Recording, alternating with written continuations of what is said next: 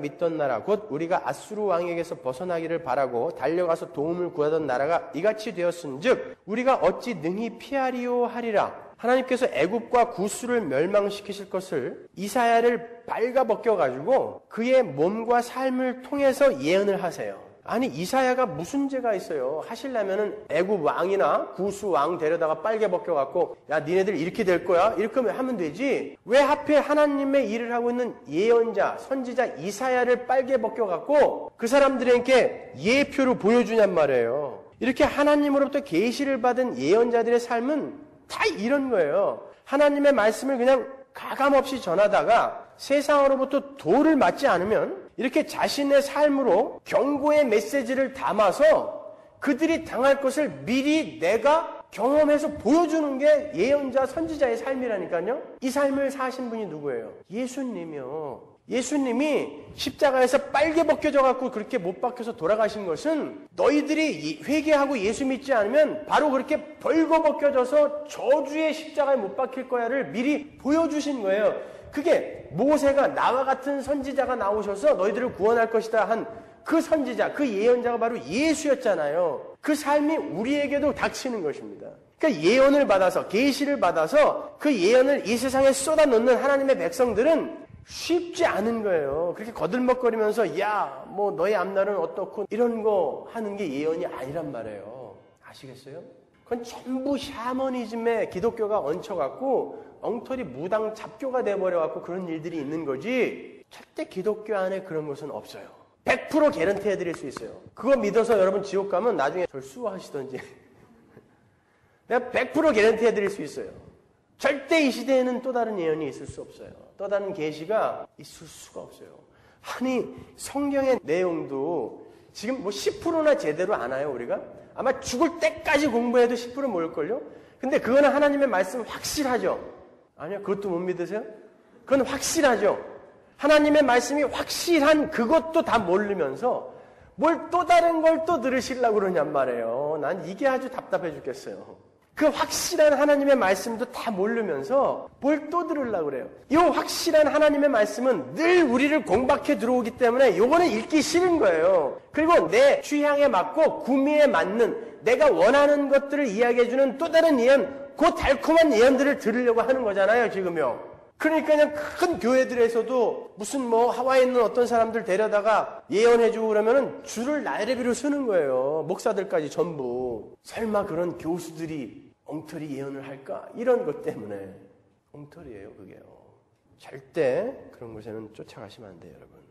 이사야나 예수 그리스도는 발가벗은 몸을 가리기 위해서 스스로 나뭇잎으로 치마를 해 입었던 그 인간의 도모, 그것을 낱낱이 해부해버리는 거예요. 너희들이 부나 명예나 지식으로 너희의 그 부끄러움을 가리려고 애를 쓰고 살고 있지만 너희들은 결국 이렇게 빨가벗겨져서 하나님 앞에서 심판을 받게 될 거야. 이걸 보여주는 거예요. 그래서 이사야가 빨개 벗고 복음을 전하고 다녔다니까요. 이게 이해가 가세요? 그냥 소설책에 나오는 얘기 아니라 실화란 말이에요. 이건요. 예수님이 빨개 벗겨져서 천지를 창조한 창조주가 빨개 벗겨져서 십자가에 매달렸다고요. 성화에서 대충 가려는 건 차마 그거 그릴 수 없어갖고 그렇게 해놓은 거지. 예수님은 빨개 벗겨져서 에덴 동산에서 타락한 아담과 하와가 되셔서 죽은 거라니까요. 그 삶이 우리에게 그대로 요구되고 있는 거예요. 이 시대에. 그걸 감당해내는 사람이 믿음의 방패를 들고 있는 자라니까요. 근데 엉뚱한 것들 쫓아다니느라고 그걸 안 하고 있는 거예요. 한 군데 더 볼까요? 이사야서 21장 1절 보세요.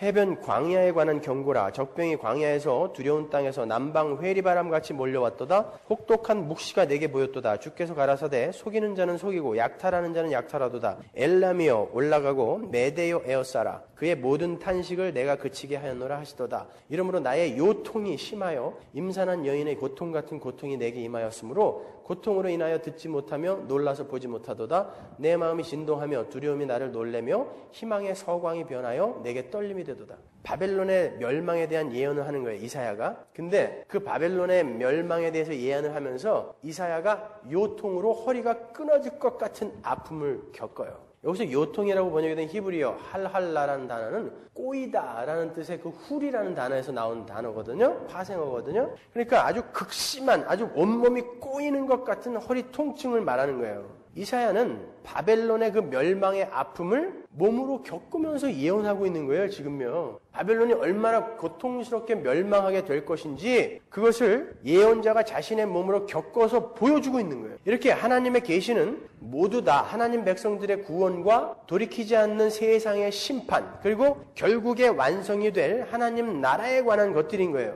그리고 그 계시를 예언으로 토해내는 선지자들은 그 구속사의 내용을 인생 속에서 경험하며 살게 되는 것이고, 그로 말미암아 세상 사람들에게 미친 사람 소리도 듣게 되고 때로는 돌에 맞아서 거반 죽게도 되는 거예요. 이게 성경이 말하는 예언인 것입니다. 그리고 지난주에 말씀드린 것처럼 성경이 말하는 예언은 반드시 이루어져야 할 하나님의 약속인 거예요. 기억나세요? 예언, 성경에 나오는 예언은 하나님의 약속인데 그건 반드시 100% 이루어져야 되는 걸 예언이라고 한단 말이에요, 성경에서. 그러면 오늘날에 예언을 한다고 하는 자들이 100% 다 맞추는 사람이 있었어요? 어떤 사람은 맞는 사람이 있었는데 어떤 사람은 아니었죠. 여러분도 예언 받아본 적 있잖아요. 그거 아닌 적 많죠. 성경이 말하는 예언은 100% 다 맞아야 예언인 거예요. 100% 다 하나님이 이루어내셔야 예언인 거예요. 99% 맞고 1% 틀려도 안 돼요. 하나님이 하시는 일이기 때문에 100% 다 맞아야 예언이라고 하는 거예요. 성경에서 말하는 예언. 그러니까 여러분이 지금 무속신앙에 있는 그런 단어들을 동원을 해서 기독교를 자꾸 어떻게 설명하려고 하시면 안 되는 거예요. 그건 다 무속신앙에서 나온 것들이란 말이죠. 그러니까 그런 단어의 개념도 잘 정의를 하고 계셔야 되는 거예요. 자, 예언은 하나님의 말씀을 잘 이해해서 올바로 전달하는 것을 말하는 거예요. 그리고 그러한 올바른 예언은 성도의 믿음을 굳게 하는 거고요. 그러니까 고린도전서 14장에서 예언하기를 힘써라 라고 사도 바울이 이야기한 거예요. 이게 무슨 의미인지 아시겠죠, 이제? 왜 사도 바울이 예언하기를 힘써라 라고 했는지. 이걸 갖고 그 사람들이 그런다니까요. 여기 봐라, 사도 바울이 예언하라고 그러지 않았느냐. 그렇게 따지고 들어온다니까요. 그럼 설명해 주세요. 그래, 맞다. 근데 그 예언은 니들이 얘기하는 그 예언이 아니야 라고 설명을 해 주실 수 있어야 된다니까요. 그냥 멍하니 있다가 우리 목사가 아니라고 해서 이 테이프 들어봐 이러지 마시고 설명을 해 주시란 말이에요. 그 사람들이 그 테이프 듣겠어요? 이왕 여기까지 왔으니까 제가 고린도전서 14장의 내용을 여러분에게 정확히 설명해 드릴게요. 잘 들으시고, 그 사람들이 이 고린도전서 14장을 갖고 자꾸 걸고 넘어오거든요. 신비주의를 주장하는 사람들이. 이게 무슨 뜻인지 정확히 이해하고 계시란 말이에요. 아셨죠? 고린도전서 14장 1절 보세요. 사랑을 따라 구하라. 신령한 것을 사모하되 특별히 예언을 하려고 하라. 방언을 말하는 자는 사람에게 하지 아니하고 하나님께 하나니 이는 알아듣는 자가 없고 그 영으로 비밀을 말함이니라. 그러나 예언하는 자는 사람에게 말하여 덕을 세우며 권면하며 안위하는 것이요 방언을 말하는 자는 자기의 덕을 세우고 예언하는 자는 교회의 덕을 세우나니. 이거 무슨 뜻인지 다 아세요? 잘 들으세요. 나는 너희가 다 방언 말하기를 원하나 특별히 예언하기를 원하노라. 방언을 말하는 자가 만일 교회의 덕을 세우기 위하여 통역하지 아니하면 예언하는 자만 못하니라. 그런즉 형제들아, 내가 너희에게 나아가서 방언을 말하고 계시나 지식이나 예언이나 가르치는 것이나 말하지 아니하면 너희에게 무엇이 유익하리요? 혹 저나, 저는 필이에요. 검은 고와 같이 생명 없는 것이 소리를 낼 때에 그 음의 분별을 내지 아니하면 저 부는 것인지 검은 고 타는 것인지 어찌 알게 되리요? 만일 나팔이 분명치 못한 소리를 내면 누가 전쟁을 예비하리요? 이와 같이 너희도 혀로서 알아듣기 쉬운 말을 하지 아니하면 그 말하는 것을 어찌 알리요? 이는 허공에다 말하는 것이라. 여기 보시면 사도 바울이 고린도 교회에게 너희는 예언하기를 힘써라 라고 권면을 해요. 그가 말하는 예언은 우리가 배웠다시피 하나님의 심판과 구원에 관한 계시를 이야기하는 거예요. 그거를 이야기해라. 그건 당연히 우리가 해야 되는 거잖아요. 교회 전체가 해야 되는 거잖아요. 그게 복음을 전하는 거니까. 그죠? 심판과 구원을 전하는 거. 그러니까 반드시 우리는 해야 되는 거예요. 초대교회 때는요.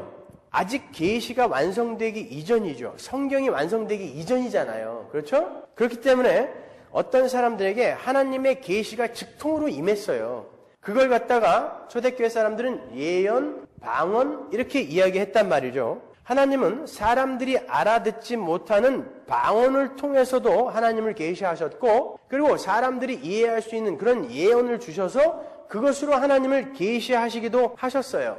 이 방언은요, 그냥 알아듣지 못하는 말을 막 허공에 내까리는 게 아니라 하나님이 계시를 주시는 방법이었다고요, 초대교회 때. 그래서 항상 초대교회 때는 방언에 통역이 붙었어야 되는 거예요. 다시 한번요. 방언은, 초대교회 때의 방언은 하나님이 하나님을 계시하시는 방법으로 썼던 거예요. 그래서 거기에 통역이 붙었던 것입니다. 그때의 방언은 모든 방언이 그랬던 것은 아니지만 분명히 하나님께서 주신 게 맞아요. 계시로 주신 것이니까. 그러니까 통역이 된 방언은 곧 예언이기도 한 거예요. 자, 이해하시죠?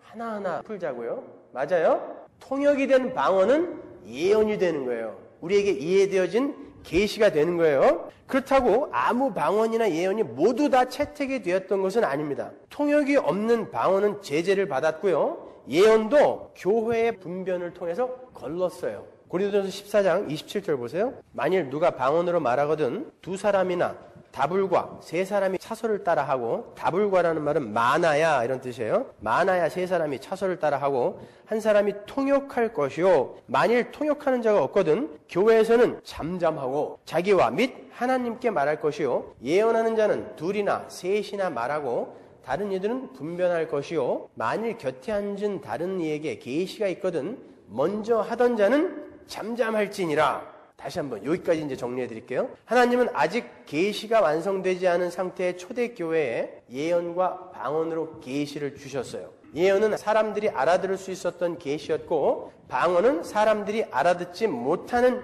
계시였어요. 그래서 하나님은 그 방언에 통역을 붙이셨던 거예요. 그래서 바울은 통역 없는 방언보다 예언을 하라라고 권고한 거예요. 그렇다고 모든 방언이 다 하나님이 주신 것은 아니었고 예언도 마찬가지였어요. 그래서 방언과 예언은 교회에서 걸러내어졌다가 지금까지 공부한 거예요. 그러면 왜 하나님은 그냥 사람들이 알아들을 수 있는 예언만 주시면 되지 왜 굳이 방언을 함께 주셔가지고 통역을 하게 만들었을까요? 계시를 주시면서. 그런 것들에 대한 궁금증을 가지셔야죠. 예? 구약 성경에서 방언이라는 것은 항상 너희는 심판을 받을 존재다라는 것을 보일 때에 방언이 등장했어요. 한번 볼까요? 이사야서 28장 1절로 가보겠습니다. 취한 자 에브라임의 교만한 면류관이여 화 있을진저 술에 빠진 자의 성 곧 영화로운 관같이 기름진 골짜기 꼭대기에 세운 성이여 쇠잔에 가는 꽃 같으니 화 있을진저 보라 죽게 있는 강하고 힘 있는 자가 쏟아지는 우박같이 파괴하는 광풍같이 큰 물의 창이람같이 손으로 그 면류관을 땅에 던지리니 에브라임의 취한 자의 교만한 면류관이 발에 밟힐 것이라. 자, 이렇게 멸망에 대해서 심판에 대해서 하나님이 지금 예언하시면서 11절에서 뭐라고 하시는지 보세요. 그러므로 생소한 입술과 그러니까 못 알아듣는 말이라는 뜻이에요. 다른 방언으로 이 백성에게 말씀하시리라. 전에 그들에게 이르시기를 이것이 너희 안식이요 이것이 너희 상쾌함이니 너희는 곤비한 자에게 안식을 주라 하셨으나 그들이 듣지 아니하였으므로. 이 구절은 이사야가 하나님께서 아수르를 들어서 에브라임을 심판하실 것임을 예언하는 장면이에요. 하나님은 그 교만한 이스라엘이 하나님의 말씀을 계속 알아듣지 못하고 계속해서 하나님 앞에서 악을 행할 때 아수르를 들어서 이스라엘을 치셨어요. 그 이스라엘을 치러 들어온 아수르 군사가 한 말을 방언 이렇게 이야기하는 거예요. 그러니까 원래 방언이라는 것은 심판을 그릴 때 등장하는 단어였단 말이에요. 그 내용을 바울이 인용해다가 이렇게 쓰고 있는 거예요. 고린도전서 14장 21절 보세요. 이 내용을 지금 여기다 인용해서 쓰고 있어요. 율법에 기록된 바 주께서 가라사대 내가 다른 방언하는 자와 다른 입술로 똑같은 말이죠. 이 백성에게 말할지라도 이 말은 공격을 할지라도 이런 뜻이에요. 저희가 오히려 듣지 아니하리라 하였으니 그러므로 방언은 믿는 자들을 위하지 않고 믿지 아니하는 자들을 위하는 표적이나 예언은 믿지 아니하는 자들을 위하지 않고 믿는 자들을 위함이니 22절 보시면 방언은 믿지 않는 자들을 위한 표적이다 이렇게 나오죠. 이게 무슨 말이겠어요? 방언은 바로 하나님의 말씀을 알아듣지 못하고 심판을 받게 될 자들에게 하나님의 말씀을 알아듣지 못하는 자들아 너희들은 진노의 심판에 던져지게 될 것이다 라는 표적으로 주시는 것이라는 의미인 거예요. 그러니까 방언은 사람들이 못 알아듣잖아요. 그러니까 그거는 하나님의 말씀, 하나님의 뜻은 죄인들은 못 알아듣는다라는 표적이라는 거예요. 방언이라는 것은. 그래서 심판의 의미가 있는 거예요. 반면에 예언은 하나님의 심판과 구원에 대한 알아들을 수 있는 말씀이기 때문에